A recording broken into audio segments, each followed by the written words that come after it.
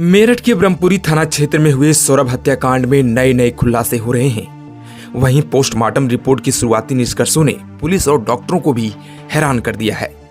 दरअसल रिपोर्ट के मुताबिक सौरभ की बॉडी करीब 2 से 3 हफ्ते पुरानी थी और उसकी त्वचा गल चुकी थी, दांत हिल रहे थे और शरीर के कुछ हिस्से बुरी तरह से खराब हो चुके थे।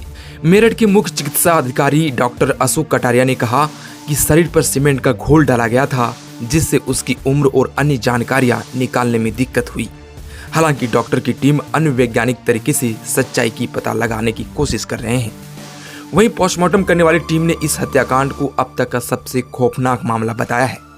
डॉक्टर अशोक कटारिया ने कहा कि अपने 30 साल के करियर में मैंने ऐसा केस कभी नहीं देखा।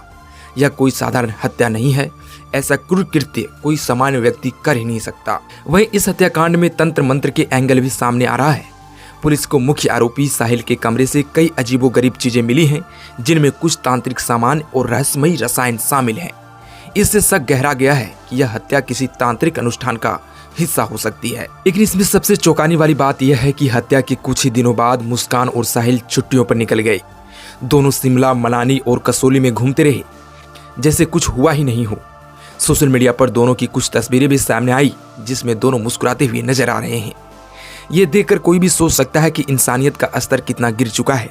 एक तरफ एक मासूम बच्ची अपने पिता की मौत के दर्द झेल रही थी और दूसरी तरफ हत्यारे मौज मस्ती कर रहे थे। अब जबकि दोनों आरोपी मुस्कान और साहिल ने अपना गुनाह कबूल कर लिया है, पुलिस इस केस को पुख्ता सबूतों के साथ कोर्ट तक ले जाने की तैयारी कर रही है। साइंटिफिक एविडेंस, फॉरेंसिक रिपोर्ट और पोस्टमार्टम से जुड़ी जानकारियां कोर्ट में पेश की जाएंगी।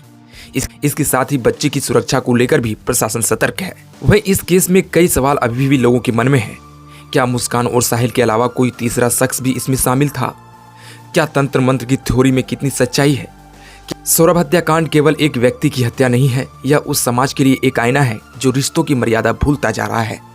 जहां प्यार के नाम पर धोखा और लालच के नाम पर हत्या हो रही है, ये घटना हमें चेतावनी देती है कि हमें सतर्क रहने की जरूरत है, अपने रिश्तों में, अपने आसपास के माहौल में और अपने बच्चों के भविष्य में।